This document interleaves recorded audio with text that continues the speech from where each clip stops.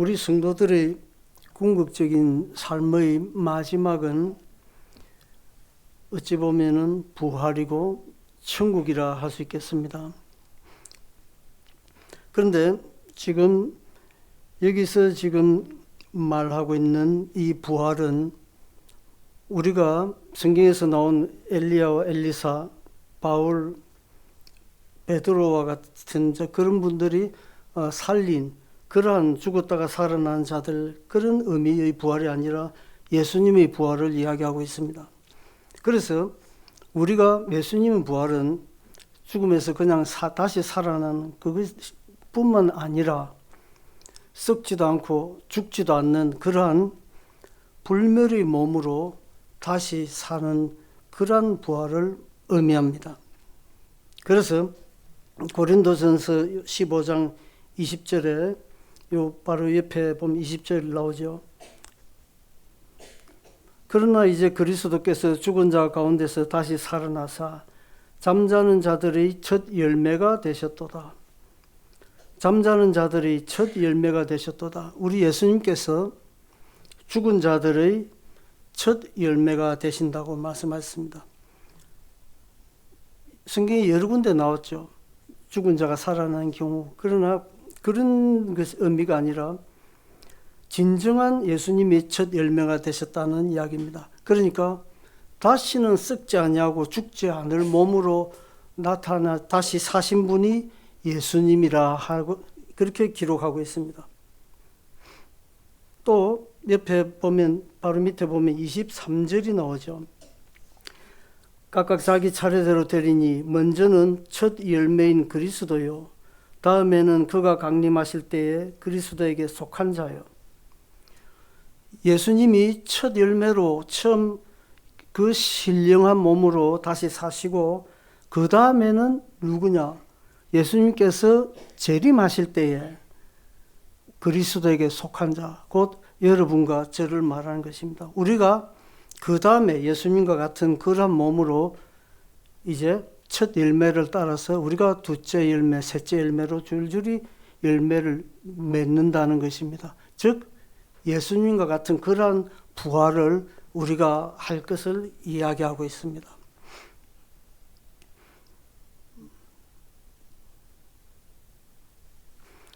첫 열매가 만약에 사과였다면은 여러분 두 번째, 세 번째 지금 펄어서 지금 알 수가 없지만은 그 열매가 이제 차츰차츰 자라면은 어떠한 열매로 맺겠습니까?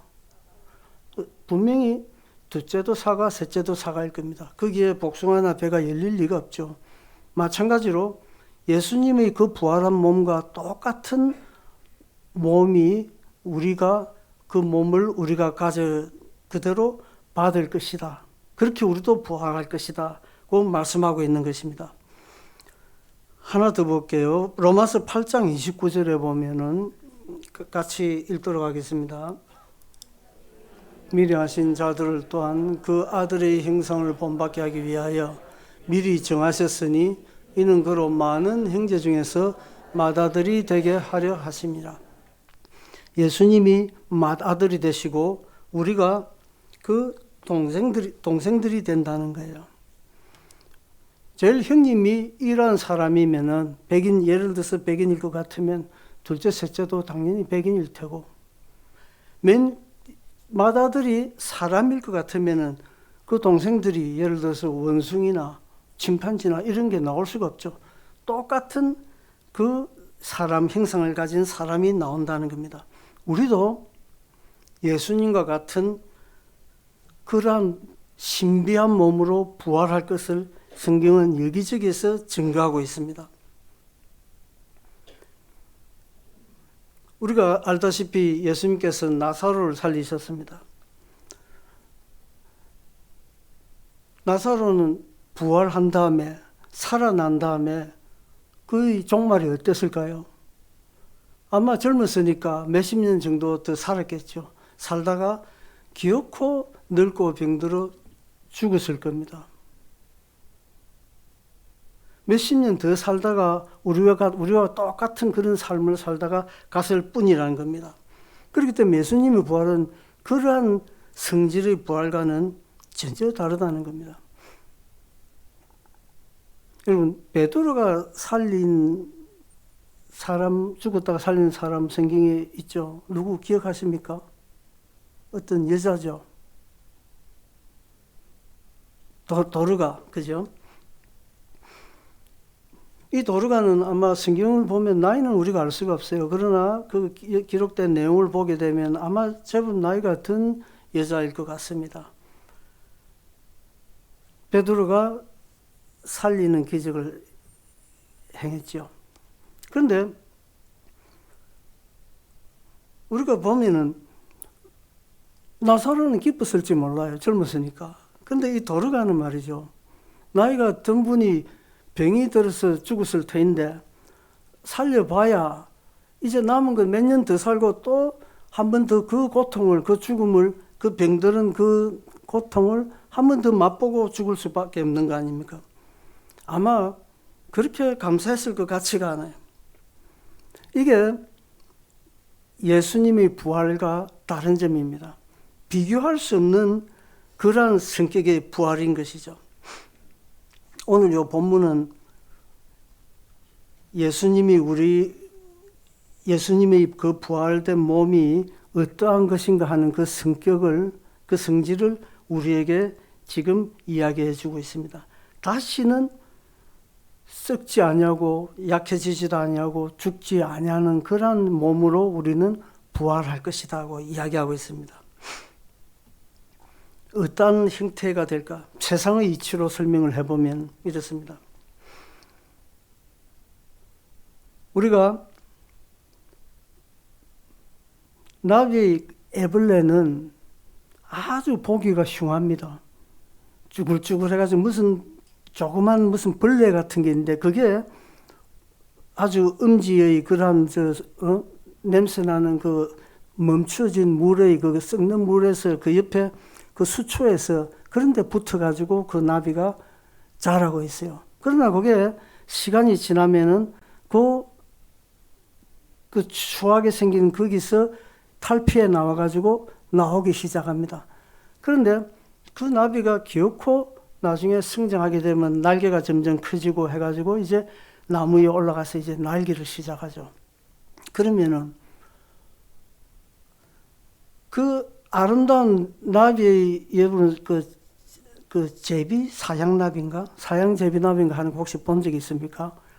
보라색으로 된 큰 날개인데 그게 보랏빛 같기도 하고 파라스름하기도 한 그 아주 그런 날개인데 그것이 날개짓을 하고 하늘을 나를 때는 정말 저렇게 우아할 수가 있나 하는 그러한 모습으로 납니다. 이렇듯 나비가 각양각색의 그 아름다운 날개짓을 하면서 이 끝이 없는 들판에 들꽃들이 핀 그러한 햇빛이 쨍쨍 내리치는 그러한 들판을 나는 모습을 보게 되면은 옛날에 그렇게 침침하고 더럽게 더러운 데서 자랐던 그 흉한 애벌레 같은 그 모습을 우리는 상상하기 힘듭니다. 그러나 이 자연의 이치와 마찬가지로 우리 인생이 그렇다는 겁니다.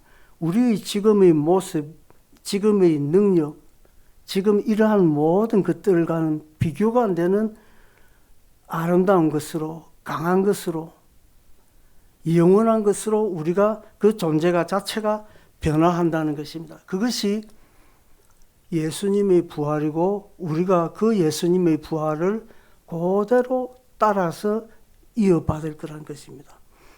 이것이 우리 성도들의 여러분과 우리 제 앞에 이제 장차 후에 가야 할 길이고 우리가 변신해야 될 우리의 모습이라는 것을 믿으시기 바랍니다. 추함에서 아름다움으로 변합니다. 약함에서 강함으로 변하며 이 유한한 것에서 무한한 것으로 우리가 변신하게 됩니다. 다른 이야기를 하나 더 예를 들면 이렇습니다. 우리가 아기가 태어나면은 그 아기의 그 행동 반경은 그 방 안에서 뿐입니다. 거기서 그냥 누워 있을 뿐이죠.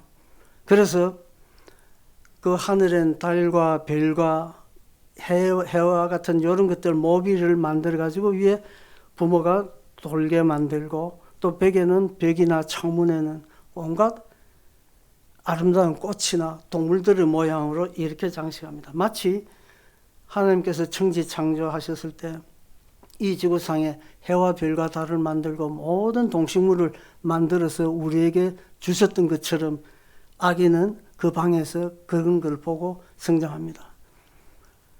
그것이 이 아기의 삶의 모든 것이죠. 그러나 그 아기가 장성하면 어떻게 됩니까?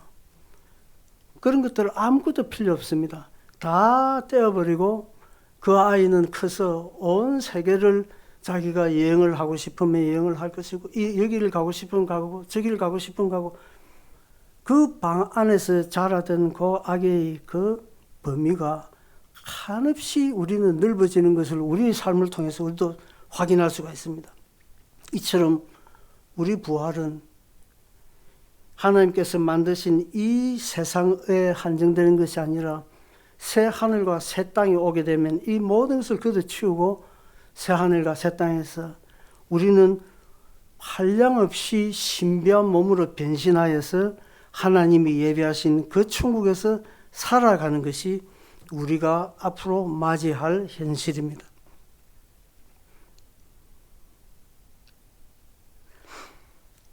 이처럼 부활체는 우리가 지금의 모습과 비교할 수 없는 그러한 모습이 될 것입니다, 여러분.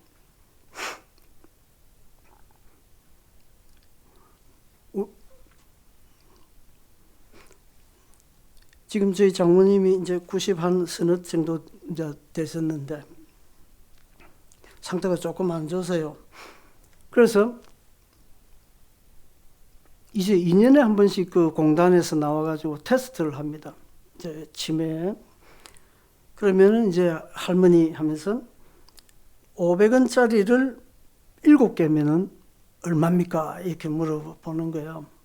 이제 이 정도는 이제 다 답이 나오시죠. 그러면 이제 장모님께서는 이제 다 여러 하시더만은 답을 하는데 700원이라는 거예요. 시장에 그렇게까지 말해도 이제 시장에 가서 5,000원 낼 때 5만 원 내고 그럴 거예요. 못 가게 하는데 나 이제 말을 좀 듣지만 옛날에는 말 안 들었어요. 무조건 그러나 몸도 마찬가지인 게 한때는 내 친구들이 이런 이야기를 했어요. 너희 장모님 걸어갈 때 다리가 보이냐 이랬어요. 그만큼 빨리 거의 날아가다시피 다녔는데 지금은 전혀 옛날에 그런 모습을 상상할 수 없습니다. 이제 가게 되면 배를 눌리면은 누구요? 이래서 이제 접니다. 문 열어주세요. 이라고 나면은 자네가 이래놓고 평균 5분, 빠르면 3분, 어떨 때는 10분이 걸려. 방에서 일어나서 문 열어주는데 너무 나는 신기합니다. 도대체 어떻게 해가지고 그렇게 시간이 걸리는지. 다음에 아들 오면 CCTV를 달아가지고 확인해 볼 생각인데 아마 일어나는데 한 5분 걸리고 한 걸음 옮기는데 한 1분씩 걸리는 것 같아요.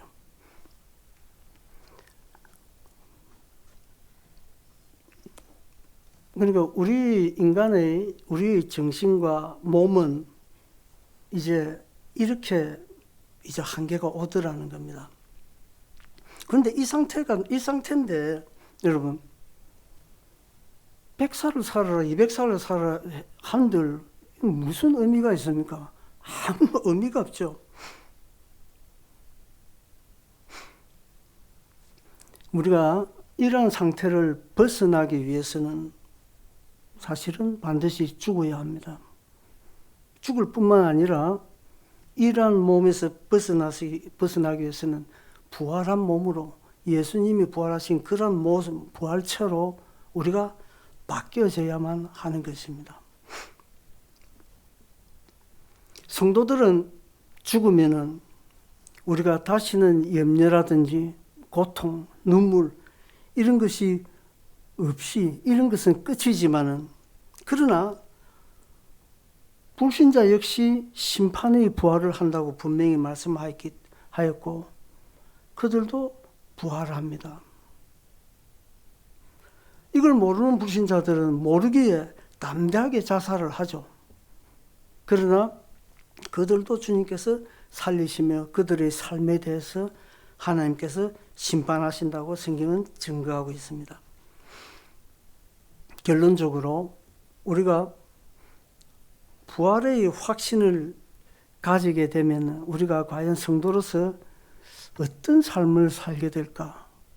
부활을 믿는 자들은 어떤 신앙생활을 할까 하는 부분점을 우리가 생각해보고 말씀을 정리하려고 합니다. 저는 최근 들어서 이제 일본 선교 사역을 시작했다고 할 수 있겠습니다. 예전에는 무조건 나가서 일본에 가서 생활하면서 이제 개척을 하고 교회를 개척한다 그런 생각만 해왔는데 이런저런 또 사람을 만나다 보니까 또 다른 사역이 있더라고요. 왕래하면서 문화사역이라고 한국의 다양한 음식 만드는 분들, 악기를 다루는 분들, 춤을 추는 분들, 하여튼 이런 분들을 팀을 데리고 가가지고 일본 교회를 순회하면서 불신자들을 거기 전도하고 그러한 것이 그냥 개척해서 이루어지지 않는 그런 상당한 효과를 내고 있다는 것이 지금 한 10여 년 전부터 증명이 되고 있습니다. 그러니까 한국 이 예술 문화가 발달함에 따라서 이제 그 외국에서도 그러한 환영을 받는 거죠. 그걸 이제 방편으로 이제 전도를 하고 있는데 그런 자들을 이제 그런 사역을 하기 위해서 이제 일본에 가서 이제 일본 목사들과 그걸 우리를 원하는 목사님들을 이제 만나서 미팅을 합니다. 그런데 저 나가사키 밑에 아마쿠사라 한 지역이 있는데 그 지역에서 이제 오신 목사님이 이런 간증을 했어요. 자기 마을에는 바닷가가 수없이 많이 있는데 이 바닷가에서는 300명이 죽었고 저 바닷가에서는 500명이 죽었고 이런 것이 수없이 많다는 거예요. 그 지역은. 옛날에 일본에서 이제 순교당한 사람들 이야기죠. 일본은 정확하게 1600년에 일본이 통일됩니다. 통일되고 난 다음에 한 30년쯤 지나고 난 다음에 안정기에 접어드는데 그 쇼군이라는 최고 통치자들이 생각하기를 이제 이 나라는 완전히 이제 전쟁은 없다, 평화로 간다. 그런데 단 하나 위험 요소는 선교사 그리고 그 선교사들을 따르는 성도들이다 이렇게 판단합니다. 꼭 로마 시대 때 초대교회 때 기독교를 박해한 이유와 똑같습니다. 황제를 믿지 아니하고 하나님을 믿는다. 쇼군을 따르지 아니하고 예수님을 따른다. 똑같은 이유인 것입니다. 그래서 1630년경에 일본 전역에다가 이제 그 에도 막부는 종교를 금지시킵니다. 기독교를 금지시킵니다. 그 포고문이 전 일본으로 이제 내려갔는데 제일 영향을 받는 쪽이 바로 우리와 가까운 큐슈 지방인데 바로 나가사키 쪽 그 옆 밑에 시마바라는 데가 있고 그 밑에 또 아마쿠사라는 데가 있습니다. 이 동네들이 최고로 이제 문제인 게 많은 사람들이 수두룩한 사람들이 성도들이었단 말입니다. 그러니까 그 명령이 내려가니까 어쩔 수 없이 대개 배교를 하고 맙니다. 그리고 성주들도 다 배교를 합니다. 그런데 한 성주의 부하들 가신들이라 그러죠. 그 중에서 딱 3명이 예수님을 믿는 것을 그만둘 수가 없다. 이렇게 성주에게 이야기합니다. 그 말은 어떠한 그 처벌을 받아도 양보할 수 없다는 그런 의미입니다. 성주는 자기 그래도 이때까지 키워온 가신들이니까, 그 사무라이들이니까 어떻게 달래보려 하지만은 안 됐어요. 성주도 어쩔 수가 없는 것이 이 모든 이 사항들이 다 중앙에 보고가 되기 때문에 어쩔 수가 없는 겁니다. 할 수 없이 이들을 사형시키기로 결정합니다. 마을 사람들, 그 성의 사람들을 다 수천 명을 모아놓은 가운데서 바닷가에서 말뚝을 박아서 거기에 묶어놓고 화형을 집행합니다. 참혹하죠. 세 가정이 그 세 명의 가신뿐만 아니라 그 가족들, 아이들까지 다 말뚝에 묶어서 화형에 처하는 형벌이었습니다.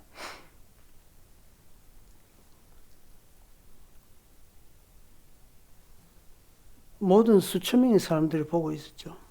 그런데 그 불을 붙였는데 참 참혹한 이야기가 전해지는 게, 그 불길이 위로 올라오다 보니까 그 아이들은 키가 낮지 않습니까? 그러다 보니까 아이를 묶은 그 밧줄이 불에 타가지고 끊어져 버렸어요.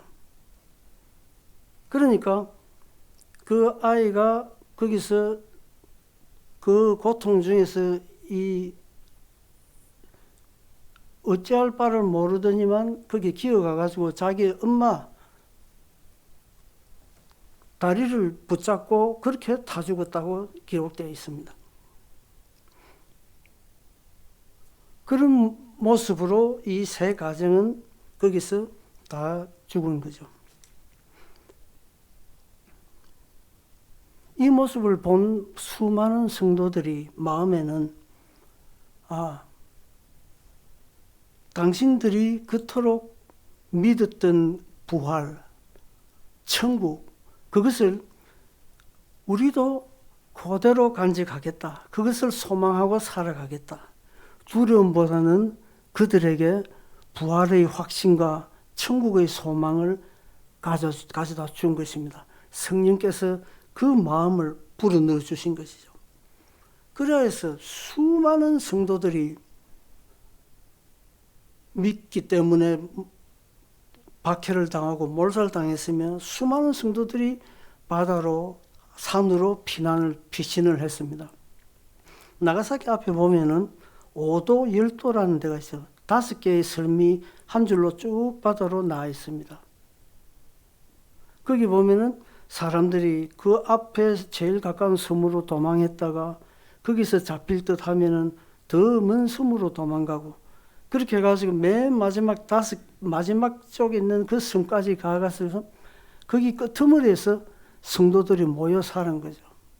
그래서 도무지 잊지 아니할 것 같은 마을과 성당들이 지금도 있으며 옛날에 성당 터들이 많이 남아있다고 합니다.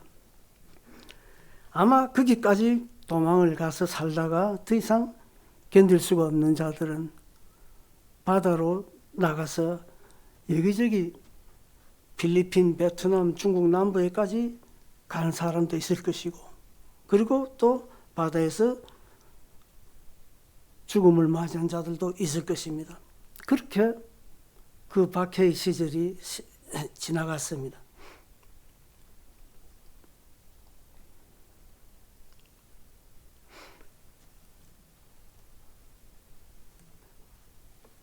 이들은 그 짧은 시간에, 일본의 그 성도들은 그들이 성경 공부를 했으면 얼마나 했을 것이며 신학적인 그런 지식이 얼마나 있었겠습니까?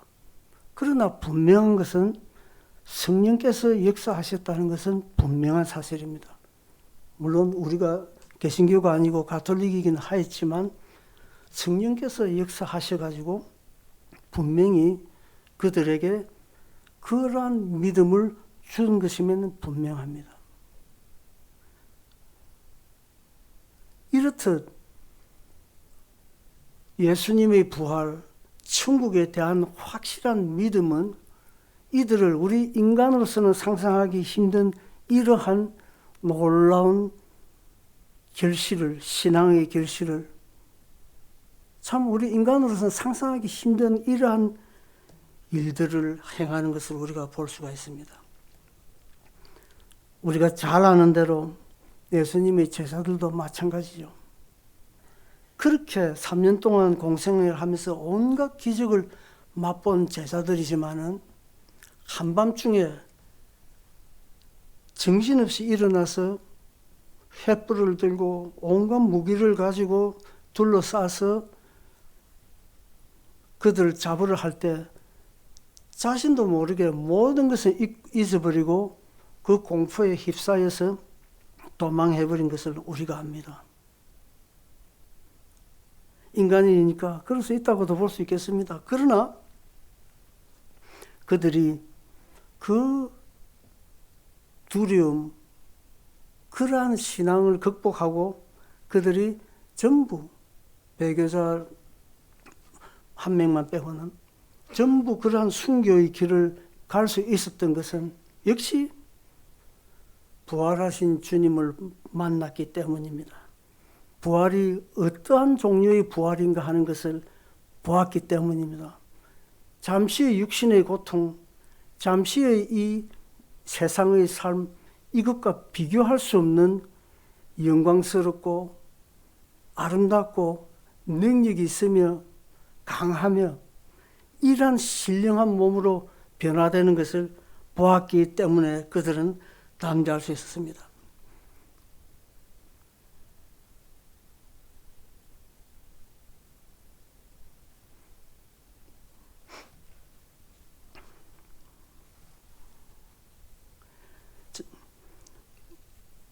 장모님 이야기를 한 김에 처남 이야기도 하나 할게요.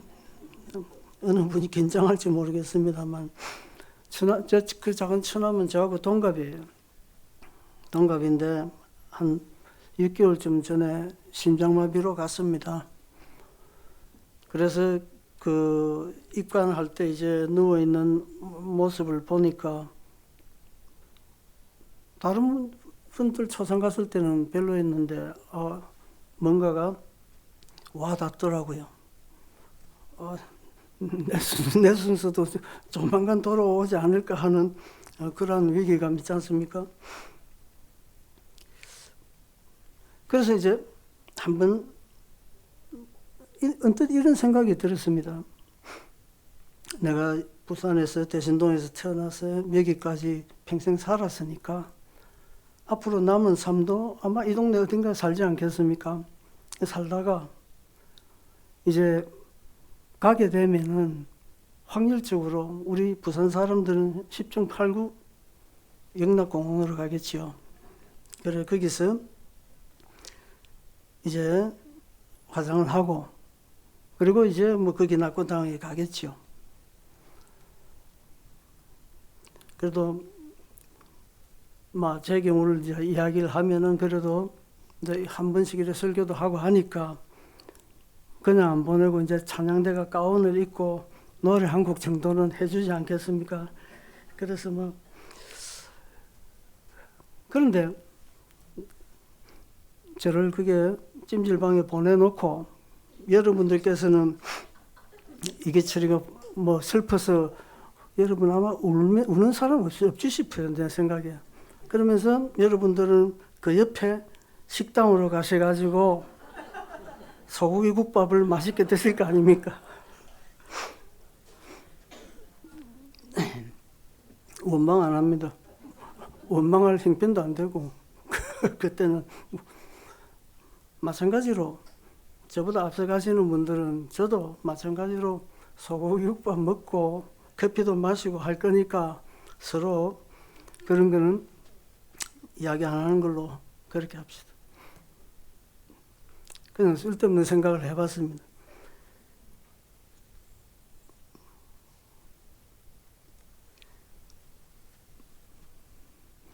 우리는 이제 세상에서는 말하기 꺼려하는 이러한 주제를 가지고 이야기할 수 있는 것이 우리는 부활을 믿기 때문입니다.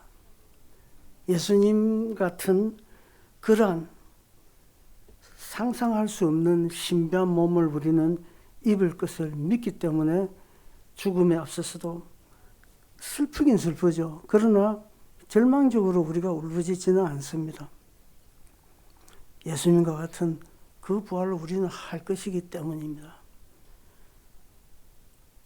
비록 우리 삶이 우리 마지막이 어떻게 쓸쓸하고 외롭고 어떻게 보면 또 이때 살아온 삶이 무가치하게 보이기도 하고 어쩌면 보잘것이 없어 보이기도 하고 그렇다 할지라도 여러분 우리는 어떤 존재인가 하면은 형언할 수 없는 존재, 말로서 다 할 수 없는 그러한 영광스러운 존재로 우리가 예수님께서 하나님의 능력으로 우리를 살리실 것입니다. 그리고 기어코 여러분을 나와 여러분을 하나님의 나라로 인도하실 것입니다. 사랑하시는 주님, 죄인된 우리가 주님 같은 그러한 신비로운 몸으로서 부활하여서 천국 백성으로 삼아주심을 감사드립니다. 아무런 자격도 없으며 아무런 능력도 없으며 보잘것없는 저희 인생이지만은 오직 주님의 택하심과 긍휼을 여기심으로써 우리가 그 놀라운 자격을 얻었음을 고백하나이다. 사랑하신 주님, 또한 이 놀라운 사랑을 받았으며 지금은 은혜의 때요 지금은 구원의 때인 것을 아오니 마지막으로 이웃에게, 형제에게, 가족에게 이 놀라운 주님의 사랑과 은혜를 전할 기회인 것을 아오니 주여 이 귀한 기회를 통해서 사랑하는 자들을 주님 앞으로 인도하게 하여 주시옵소서. 그들이 놀라운 영광의 부활을 맛보게 하여 주시옵소서. 그들을 천국 백성 삼아 주시옵소서. 사랑하신 주님, 온 성도가 이러한 전도와 선교의 사명을 잘 감당하게 하여 주시옵소서. 뿐만 아니라 항상 매일 무엇을 하든지 부활의 소망을 가지고 하루하루를 살아가게 하여 주시옵소서. 우리 가운데 심신이 미약한 자들, 마음의 병으로 육신의 병으로 고통하는 자 지체가 있으면 그에게 힘주시사 주님 앞에 나오게 하시며 주님께서 그들을 치유하여 주시옵소서. 주님의 놀라우신 은혜가 이 저녁에 고개 숙인 모든 성도들 위해 넘쳐나기를 우리 주님 이름 의지하여 기도하옵나이다. 아멘.